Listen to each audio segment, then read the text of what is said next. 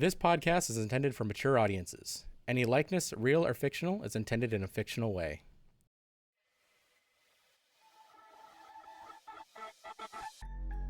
Can you imagine? Can you imagine? Can you imagine? Can you imagine? A universe in peril. The clang of sword hitting sword. The beating of iron hearts in chests. The smell of horse sweat and the clink of bullets being loaded into a six-shooter. The scent of fresh, unsullied wilderness. The galaxy's most unlikely group of heroes. The rolling thunder of war machines. The electric energy of an adventure yet to unfold. An enemy like none other. The rattle of spurs. The smell of raw magic searing the air. The rumblings of an unholy union. The true power of teamwork. The bitter sting of a dust storm on your skin. The clattering of spent lead. The haunting low of 1,000 longhorns on the Texas prairie.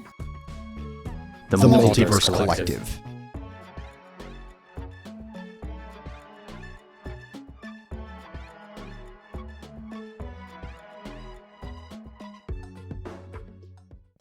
So general quarters are called, and everybody's running to their battle stations. Man runs up to Cordelia. Goes, "Ma'am, there's so many of them. There's the skies. It's just dark." She takes a moment. She doesn't quite realize that this is real and not a stress dream yet, because this seems like it might be a stress dream. But she looks him dead in the eyes and she said, "Take me there." He brings you to the command room. Being as you're an officer, you were sort of summoned there. He was sent to intercept you. And as you get there, it is just chaos. There's officers running about, and Tribble's just he's doing his best to sort of command the chaos. I think she's just gonna approach Tribble first. Would he be her CO? Like who she's reporting to? Definitely. Okay. Yeah, she definitely immediately approaches Tribble, snaps off a salute, and says, "Sir." Cunningham, it's bad. It looks bad out there. Nobody expected this. We need you and your crew to man the fore bank of the AA guns. "Yes, sir." She fires off a salute again and turns on her heel and gets the fuck out of Dodge. This is her opportunity. Yep, definitely. And your crewman, he brings you down. It's sort of like it's almost like a command room on the front of the ship, and on the lower deck, and it's just a bunch of like computer screens, a lot of targeting data, and your crew is all down there and ready to go. Everybody else, your Ace, the quarter alarm sounds. So as Ace has never actually been in an active combat situation, he is like freaking out. He's just like looking around, like legitimately shaken, and he's just looking for like somebody or something that will be able to tell him what to do. You basically hear over the loudspeakers, "Pilots to your Astirs immediately. Launch as soon as possible." Ace breathes a sigh of relief as he has been given an order, and he just dead sprint to the bay. Rex, what happens? What do you do when the alarm sounds? I feel like when the alarm sounds, Rex is in his quarters training. I feel like he just has like a really old-fashioned bastard sword, and he just does like 100 swings in the morning, working up a sweat. And as soon as the alarm goes off, you see that maniacal grin that he had when he came out of the Astir just form on his face again. He throws his sword onto his bed and just books it straight for the divine, like just barging through. You're probably almost there before the get to your quarters. Or get to your mechs. Yeah. Alert. You notice as you get to your bay, bays 3 and 4 are already rising up as well. the technicians have got your Astir ready to go, and they're just waiting on you to get in and fire it up. Yeah, I think Ace like curses under his breath that he's not the first one out. And so he's just like a little more short than he usually is with his crew, and he's like, "Come on, get me in. I gotta get out there." Wait on you, man. The catwalk's good to go. Get in. Go, go, go, go.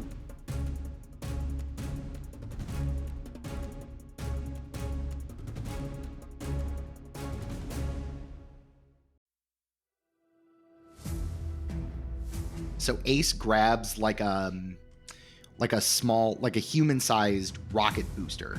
I'm imagining like a backpack that has like a jetpack on the back, right? And as soon as the bay door opens, Ace just straight up jumps out and swan dives off of the side of this carrier. And as he's doing this, you see Hyperion, or as he's like swan diving, he closes his eyes and he pounds his fist together and he just says, "I'm sorry in advance if anybody who speaks Cherokee and I butcher this." So he pounds his fist and he says, "Adase Gogisti." And as soon as he hits his fist together, you see wood spring out of both his like spine and the heart drive. You see his veins flash green, and as he's falling, you see this wooden figure is being materialized around him. And as he hits the water, you see Hyperion, this time in kind of like a palm tree form, since we're in the tropics in Hawaii. So you see that palm wood is making up the base of the Astir itself. Yeah, the armor. And then you see on his back that jetpack turned into 2 sets of palm wings. It looks like 4 kind of angel wings coming out. And he hits the water and he fly, like the rocket boosters kick in, and so he flies like just above the water. From one hand, he materializes his ray rifle. From the other, you see this gigantic, it looks like a Bowie knife made out of sharpened wood, come out of his other hand, and he immediately rockets into the air. Rex, when you get to your Astir, you realize that it's also been affixed with a big solid fuel jetpack aerial kit as well, which I feel like it isn't super unusual. I feel like you've definitely got training for it, and like with the aerial and the aquatic kits, so you're familiar with it. It's just already been thrown on there for you. Okay. As Rex climbs into his Astir and starts powering it up, "May death bring you peace." And as he says this, like his heart drive ignites, and you can see throughout the Astir like small bits of what, like fiery red, like, you know, in the joints and stuff, and then the eyes on the helmet just have like flames behind them. And before he launches, he says, "Tell the Bloodhound to send us the commands."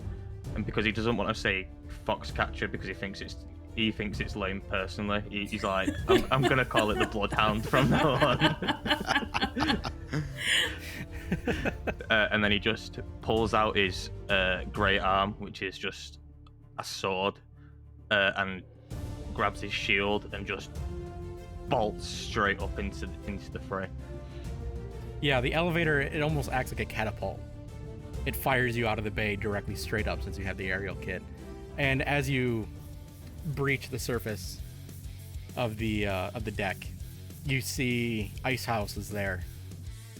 He's got his 4 legs, and you notice from the front 2 legs is a cloud of blue, and the legs almost become like a snowmobile. It freezes a path in front of it, and the back treads propel it, and the front legs steer it. and it sort of goes off the edge and down into the water, and it's creating an ice path on the water, and it just starts shooting at these enemy combatants that will be explained in a minute. And you also see Heartbreaker, and it you know how like when a plane does like the catapult takeoff from an aircraft carrier, it's that situation. So she comes up, stands, there's a wall behind her, flames ignite and just flies off.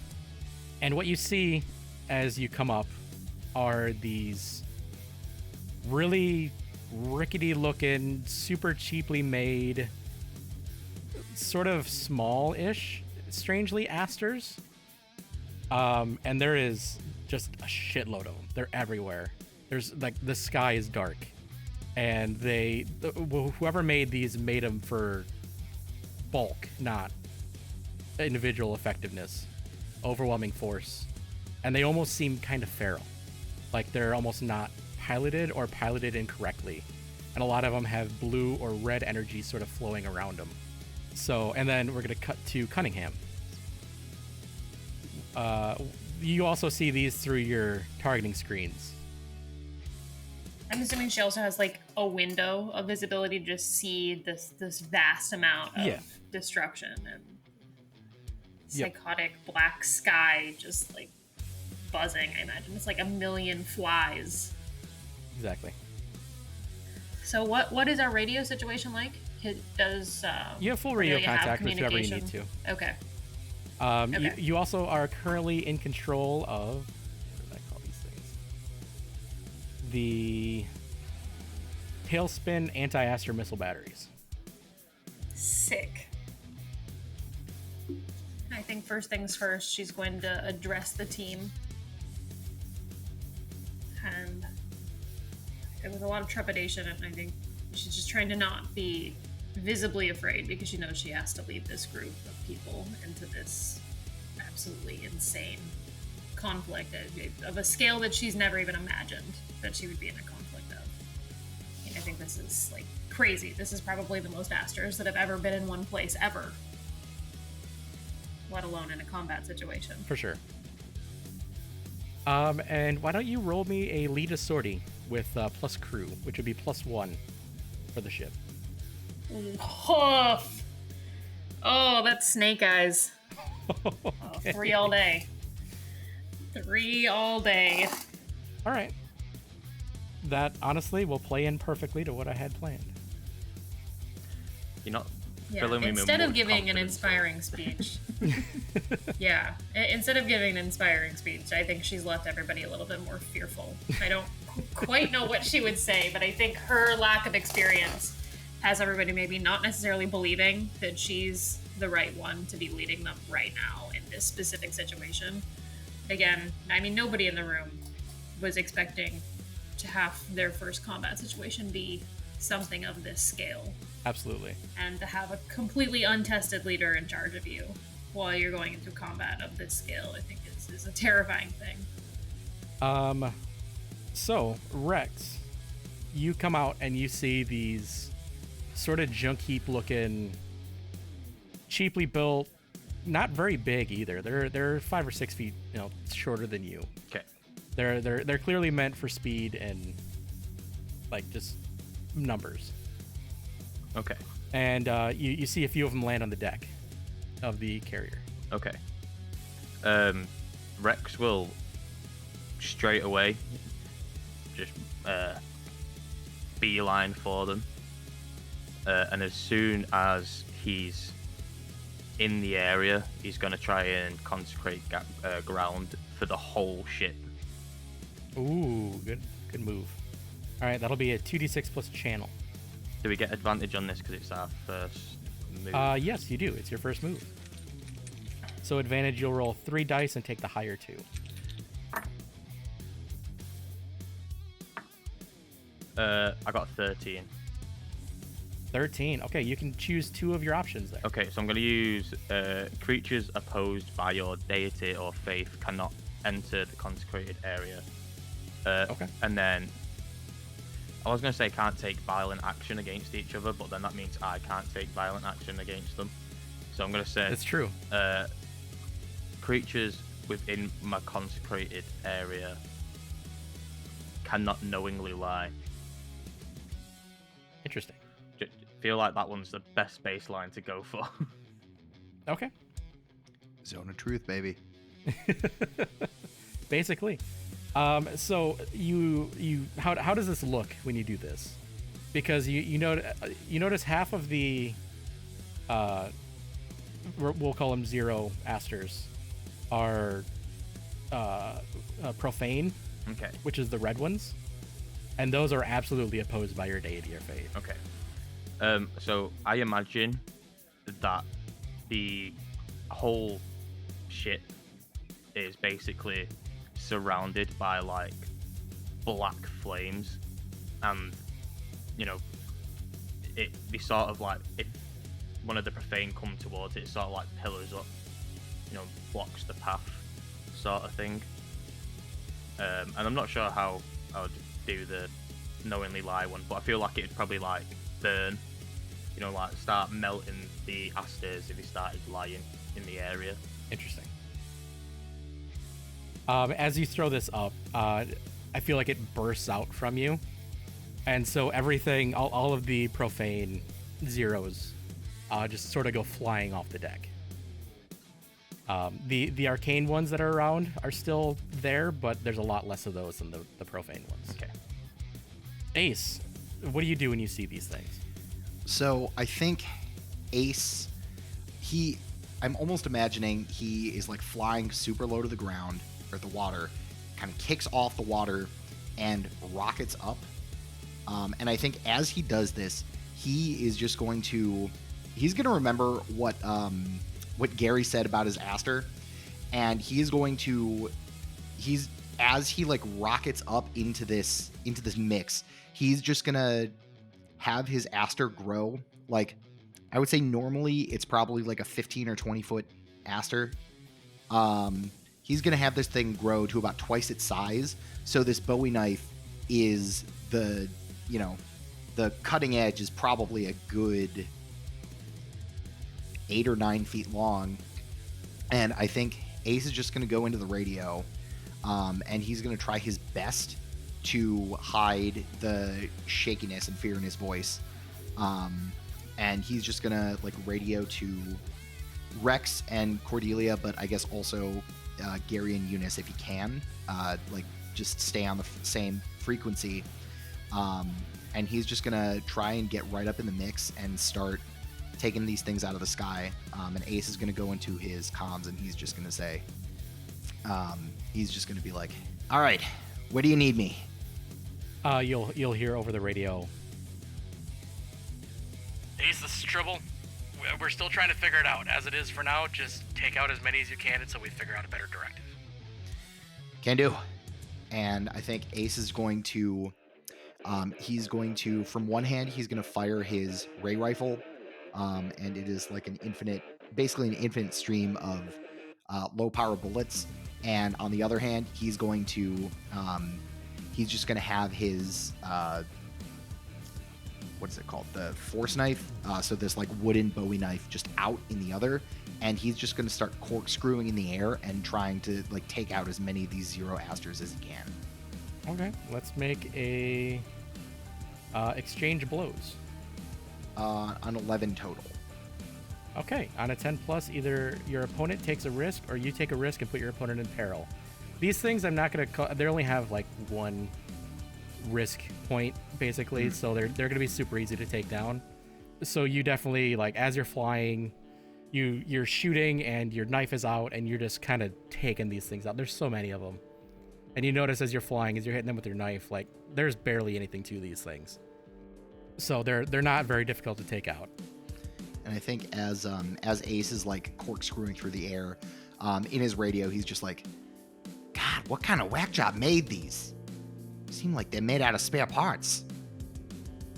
And you hear over the radio, hey, Ace, I guess that thing does have some armor to it. Look at that. I think Ace is going to try to be the better man and just not say anything. I feel like Rex would pipe up and go, at least it's not a glorified snowmobile. feel this. And you look, if you look at Gary, he is cruising on the water. He's got looks like an SMG in each hand, and it's firing icicles out of it. And it's just every spear is just taking him down. Like he's doing fantastic down there. He's in his element. On the water, the ice forms so fast. He's just like, You can laugh all you want, but effectiveness speaks for itself. Cordelia, how are you gonna what are you gonna do with these AA batteries? Cordelia is going to address the team, specify to keep our Astirs in our sights so that we don't have any sort of friendly fire, just because there's so many of these shitty little Astirs flying around that it may be easy to lose someone in the sauce, so to speak. But she's going to instruct her team to prioritize firing these missiles into clusters of enemies to attempt to take out as many as they can with shrapnel, and not necessarily conserve their ammo, but just be strategic as possible with every shot. Let's go ahead and make a... Do you think that would be exchange blows or strike decisively? I think it would be exchange blows, because I feel like they have so much freedom of movement compared with... Okay, and I believe, I'm trying to figure it out here, you have guided on these? Because they are missile batteries. They are I just need to guided. double check. I think that means that you can roll it with advantage. Or, let's see. Okay, cool. Guided has guided strikes, allowing you to take a 7 to 9 result when you exchange blows, rather than rolling so you can just take a 7 to 9 if you like, without having to roll. Okay. Yeah, love that.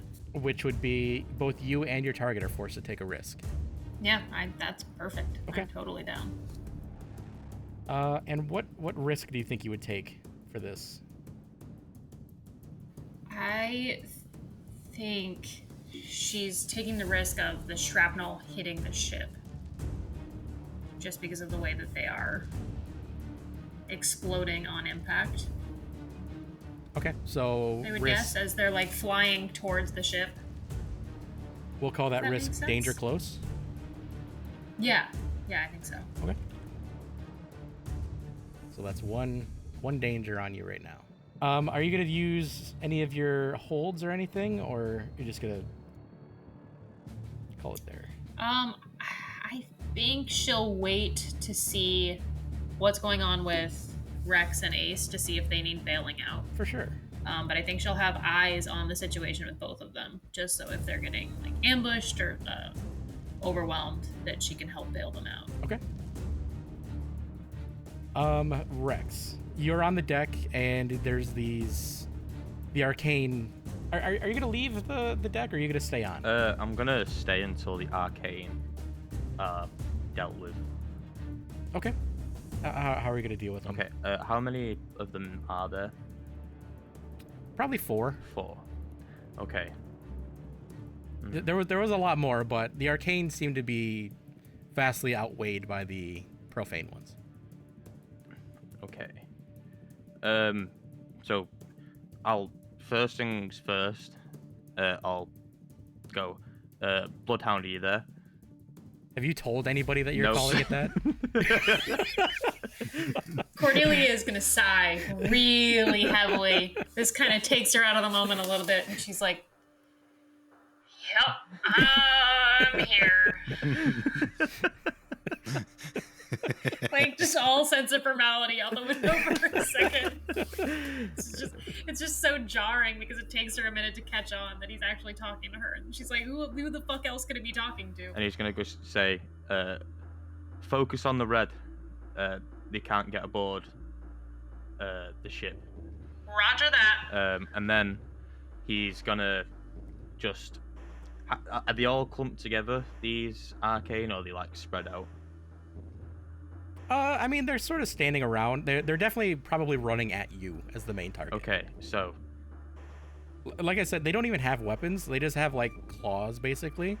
okay, So they're just trying to get into melee range with you. okay, so he's just Rex is just gonna ready his sword and just charge and try and take as many of them down as he can. Just slashing them down as as quickly as possible.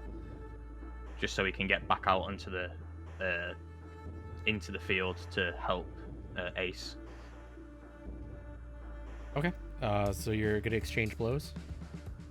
Okay. That's 2d6 plus clash. 9. A 9. Both you and your target are forced to take a risk. So I feel like you do take these things out, but it's not without your own damage. Yeah. So the thing with this game is risks. You can choose what your risk is. If you take a peril, I choose it. Okay. So whenever you take a risk, you can choose how you want to narrate that risk. Okay, so I think as he's,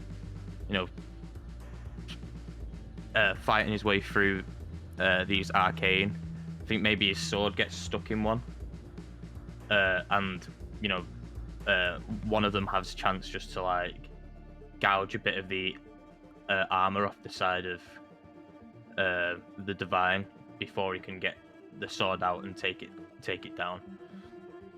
Okay. So we'll call that minor damage, basically. Yeah. Okay. Let's go ahead and throw that in your dangers. Ace. You see a different Astir. You see an Astir from your sister ship. Mm-hmm. It's standing its ground on its deck. But it's getting pretty overwhelmed. Clearly they're going for this thing pretty heavy. You see a gold and silver Astir with shining yellow runes all over it, and it also has 4 arms. Each arm has a longsword. Oh my god! And it's putting in work. It's putting in work, but there's a lot going on over there. Astir. All right. I think Ace is going to adjust his frequency so that he's reaching out to the that Astir specifically, and he's just going to say special delivery, and he's basically going to try and skewer one of the 0 Astirs in the sky, and then basically just like slam it down and try and take out a bunch of these guys that are coming for this one Astir, and I'm going to use the help or hinder move. Okay. So it looks like I just roll straight. I don't think you even roll. They roll. So you're helping their roll. Okay, I got you. Yeah. So I'll roll for them, and we'll see how you did. So that is a 7. We'll call her clash +2, and then you gave him +1. Yep. So you took him from a partial success to a full success. Hell yeah. So you see this 0. It comes in, it crashes in and takes down the entire back line. And then it uses its special move where it just basically becomes a wall. You know how like General Grievous just was a wall of lightsabers basically? Yeah. He just becomes that with long swords. And you hear Pip up over the radio. Marigold thanks you. I think Ace is going to have Hyperion do a salute, and as he does, he's going to like flick the remainder of the 0 Astir just into the water. Real quick, I should have done this earlier. Rex, I need you to roll a read the room as you kill these things in close range. Okay. So that'll be 2d6 plus sense. 7. A 7. Okay. So you can ask one of those following questions, or one of the questions in that. What is being overlooked or obscured here? Perfect question. So as you take down this last 0 on the deck, you notice that even though you took down like its arms and you didn't really deal a ton of damage to its torso collapses, like it implodes in on itself. Okay. Cordelia, you see all this going on deck, and you. Well, let's go ahead and make your move first, then we'll give you some information here. and it doesn't have to be combat. You know, you could do something else if you want as well. Yeah. I think my initial move was going to be to help Rex by keeping him clear of the red Astirs. But now that he's in a better spot, I'm trying to figure out what exactly I can do to help make sure our Astirs are taking less damage, whether it be like intentionally sniping off some of the pesky Astirs that are getting close. Or... Do you want to call that a Dispel Uncertainties move? Yeah, I think that makes a lot of sense if she's trying to be a little bit more strategic about how they're approaching this battle versus just firing blindly. 2d6 plus no. That is a 7. 7, okay. So you'll get something potentially useful, but it's up to you to figure out how to use it. Okay. So one of your science chiefs come up. You haven't really met him much, but you just know that this guy is assigned to, or will be assigned to the Foxcatcher when he's not on the ship. And he goes, Lieutenant, I got something you might want to take a look at. And he hands you this sheet of seemingly incomprehensible data. Delightful. She looks at it, just 1,000-yard stare at it, like, wow, I should have paid a lot more attention in school, huh? And she's nodding, like she knows what's going on. She's trying so hard to be competent, and this is not going as well for her as she dreamt that her first battle would. Is there anything that she does recognize off of this informational sheet? It appears to be some sort of radio signal frequency. Okay. I'll give you some time to ponder what to do with this.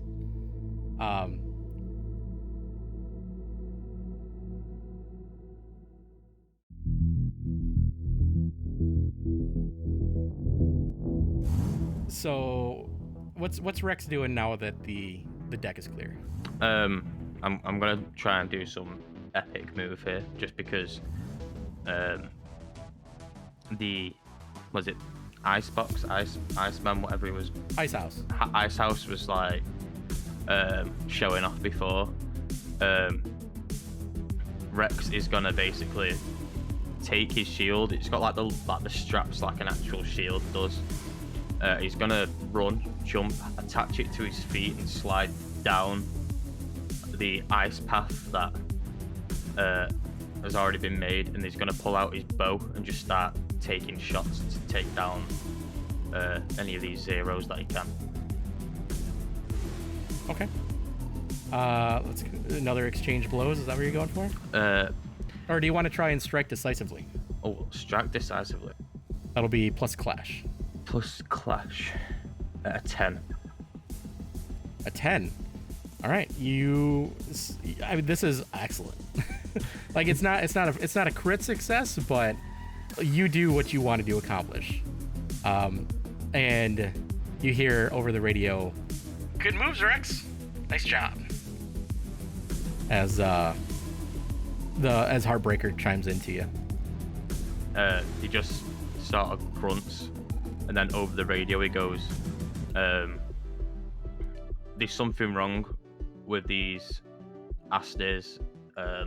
They just crumple like with the tiniest amount of damage. It seems, they're sort of just shabbily made, or they've got a weak spot. So you say this over the public radio? Yeah. All right. Cordelia, you hear that as well as just getting this new information. So I think with everything that she's learned in the past 45 seconds or so, Cordelia is going to attempt to get one of her smarter underlings to figure out how to either intercept that radio signal or turn their radios to that frequency to attempt to see if there's something there that may be controlling these pilotless Astirs. Okay. Do you want to do another read the room or dispel uncertainties? I think. Or alternatively, I'll give you this option. If you want to report it to higher ups, you can do it plus crew. Yeah, I think this would be something that she would take to somebody above her, just because she is so out so of her bring it out depth of your with this crew and information. into. Okay. Yeah, into the hierarchy. So let's do be +1 for the ship. So 2d6 + 1. Oh, another 7. Okay, that's not bad. We're gonna give you a risk, and you can figure out what risk you want to take as I sort of tell you what happens here. So you bring it to. Basically, I assume you just like radio it in to Tribble. You know, I actually don't think she would have radioed it to him. I think she's such a fucking kiss-ass suck-up that she would have Bring it to him directly. brought it to him directly, Okay. and that would be the risk that she's incurring, is that she's left her team a little bit more adrift than they should be. Shit. So All that right. they're a little more unorganized. I feel like so you can clear danger close because there's no more on the deck, Yeah. and you can replace it with Unorganized team. That's a good one. Unorganized. Okay.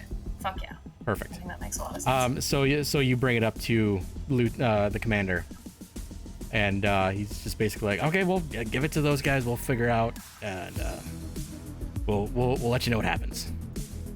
So the science team takes it and they start to analyze it, and the one that takes it looks at you and goes, "Your team found this?" She just nods. Yeah. Yes, sir. Okay. I mean, we'll look into this, but this doesn't look like any frequency we've ever seen before. And so they're gonna examine it. We're gonna flash over to Ace. All right. Ace, you see in the air, Heartbreaker's been putting in work up north, or up in the air. She's got these basically magic missiles. They're just fireballs that fly out of her Astir, out of missile pods. And in the air, she is unmatched. These zeros don't stand a chance to get anywhere near her. Except for one gets through. And you see she starts to fall a little bit as as one of her jets goes down. All right. I am going to... Would I be able to use Weather the Storm to see if I can, like, grab... Basically, like, slow her Astir down enough for that jet to, like, come back? Absolutely. Let's All do right. it plus Defy.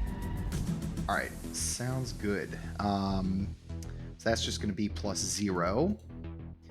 And that is going to be an 8. An 8. Okay, so you do catch her. You managed to make it to her. I feel like you sort of overcharge these boosters on the way to get to her. So you catch her, you slow her, and she sort of gets her jet back online and is able to recover herself.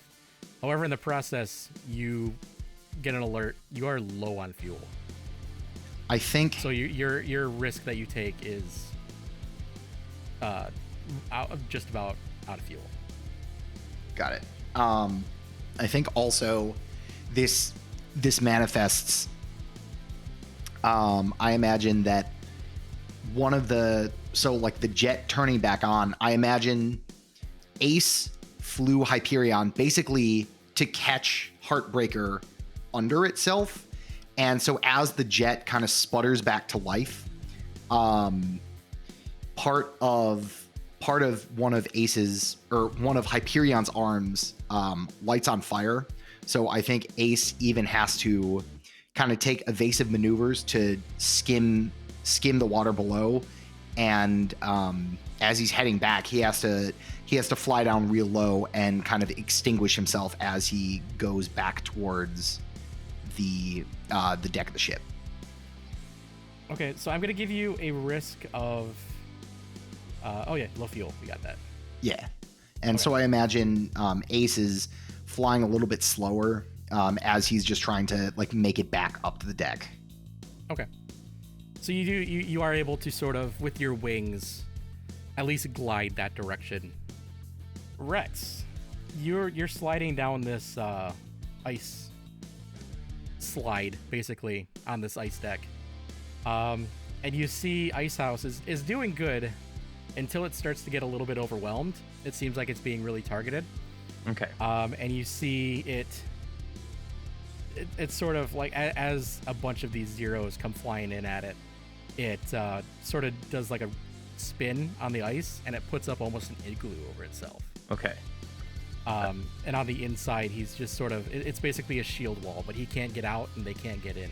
Okay. And he radios, I could use some help over here. Right. So,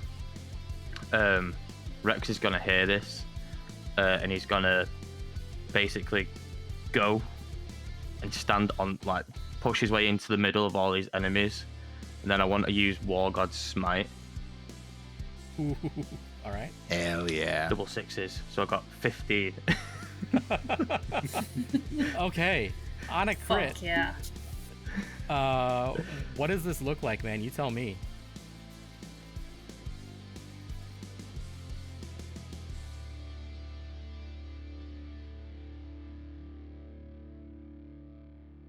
Okay, so since there's no ground underneath him, he'd normally just slam his sword into the ground, and swords would come up and pierce the bottom of all, like, through the other Astirs. But since there's no ground around him, I feel like he sort of just, like, does like the He-Man pose, like puts his sword into the air, and then his sword's like imbued with the same black fire that's surrounding the ship, and just a cacophony of swords just come down and pierce from the top, like from the top of into the top of the Astirs, from like what looks like interdimensional like portals, just sort of just come down like straight. rifts, basically. Yeah. That's so fucking cool. That's so fucking cool. Yeah, you destroy every single one of these zeros that's in the vicinity. And then Rex is just going to knock on the igloo and go, "You safe?" and then just jet back. I love the dichotomy of you doing the coolest fucking thing ever and then just being like, "You're good."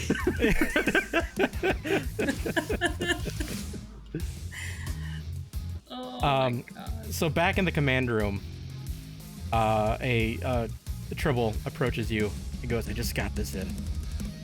And he hands you a sheet, and basically it has coordinates on it. And he brings you to the window, and he points, and you can see in the air there's sort of a ripple up in the sky.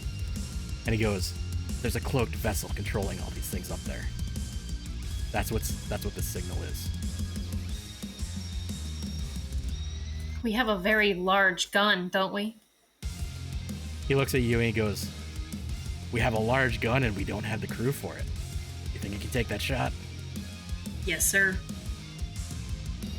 Get one shot, Lieutenant. Make it count. Absolutely, sir. She's gonna fire off a salute and try to not squeal in giddy excitement because she gets to use this big fucking gun that she lovingly caressed earlier in the day. As you walk down through the deck, you begin to hear the rumblings of this thing sort of coming online. It's powering up, and the deck is opening up to allow this thing to pass through its surface. Everybody on the outside, you see the deck begin to open, and just... Have you ever seen, like, those naval cannons that are just, like, ground-based, that are just, like, really fucking long? Yeah. Yeah, it's one of those. Sick. Like the fucking Gustav Max rail cannon or whatever it's called. Similar. These are actual... I'll send you a picture later. It's like the Swedish naval cannons. They fire like a 1,200-pound round. Fuck. It's ridiculous. I'm looking that up right now. You'll recognize them. They're pretty... Like, once you realize what they are. I know what you're talking about. Yep. Yep. So you get down, and your control room is a little bit different when you get back down to your crew. The computers seem to have switched feeds from the AA to firing schemes. And your loading chief looks at you and he goes, "What are orders, Lieutenant?"